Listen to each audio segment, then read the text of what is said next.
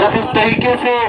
हैरत अंगेज प्रस्तुति होती है तो हम सब की जिम्मेदारी बनती है कि हम उनके साथ में उनके हौसला अफजाई करें और उनको इनामात से नवाजें।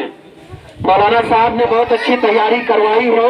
और ये हम सब की खुशनसीबी है, ये हम सब की खुशकिस्मती है कि हमारे गांव में ऐसे आयोजन हो रहे हैं, हमारे गांव में हमारी जमीन पर ऐसे आयोजन हो रहे हैं। जैसा कि हम सबको मालूम है कि आज 15 अगस्त का दिन है। आज से 75 साल पहले 15 अगस्त 1947 को हमारा देश भारत हजारों हिंदू मुसलमान और न जाने कितने जाने अनजान शहीदों की बदौलत हिंदुस्तान आजाद हुआ। 15 अगस्त 1947 से पहले लगभग 200 सालों तक हमारा देश अंग्रेजों का गुलाम रहा। अंग्रेज जो कि तन के गोरे मन के काले होते थे और वो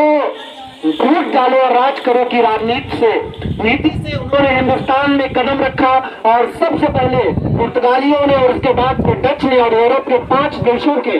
अंग्रेज जो थे वो हिंदुस्तान आए, क्योंकि हिंदुस्तान को किसी जमाने में सोने की चिड़िया कहा जाता था। हिंदुस्तान किसी जमाने में सोने की चिड़िया हुआ करता था जब हिंदुस्तान के मसाले, हिंदुस्तान के खनिज पदार्थ जो है वो बहुत कीमती होते थे और दुनिया को उसकी जरूरत थी। क्योंकि हिंदुस्तान हमारे लोग, हमारे आबा अजदाद भोले भाले लोग थे और अंग्रेज जो कि फितने वाले लोग थे, उन्होंने हमारे देश में आकर हमारे आबा अजदाद ने फूट डाला और उस वक्त हिंदुस्तान छोटे छोटे राजा, छोटे छोटे राजघरानों में बटा हुआ था। तो अंग्रेज क्या करते थे, एक दूसरे राजा को लड़वाते थे और दूसरे राजा को ये कहते थे कि तुम उस पर हुकूमत करो, तुम उस पर जंग करो, हम तुम्हारा साथ देंगे। और उधर वाले राजा से भी मिल जाते थे, कहते थे तुम इन पे हमला करो, तुम्हारा जो क्षेत्र है, तुम्हारा जो राज क्षेत्र है वो बढ़ जाएगा। दोनों को आपस में लड़ाते थे और अंग्रेजों की सेनाएं पीछे हुआ करती थी। जब दोनों लड़ते तो उसमें जब हिंदुस्तान के सैनिक इस राजा की तरफ से भी आगे और उस राजा की तरफ से भी हिंदुस्तानी सैनिक आगे होते थे, तो जब जंग होती थी तो हिंदुस्तानी सैनिक उसमें शहीद होते थे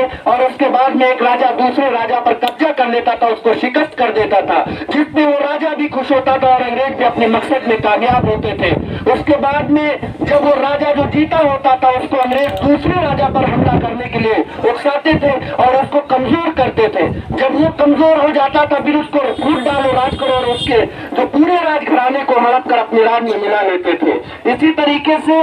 हिंदुस्तान में अंग्रेजों ने लगभग 100 साल मेहनत करने के बाद हिंदुस्तान को अपने अधीन कर लिया और हिंदुस्तान में ईस्ट इंडिया कंपनी की स्थापना 1921 में की। जब हिंदुस्तान में ईस्ट इंडिया कंपनी बनी और पूरा हिंदुस्तान जहाँ पर हम पैदा होते थे हमें शहीद किया जाता था, हमारे आबा अजदाद इस देश के लिए शहीद होते थे, लेकिन उनकी शहादत में कहीं न कहीं गैर मुल्की हुकूमत हुआ करती थी। तो ये इंग्लैंड से हमारे गवर्नर मुकर्रर होते थे, वो आकर हमको डायरेक्शंस देते थे। लेकिन उस वक्त हमारे देश में अशफाक उल्लाह खान, भगत सिंह, बटुकेश्वर दत्त, राजेंद्र लाहिड़ी जैसे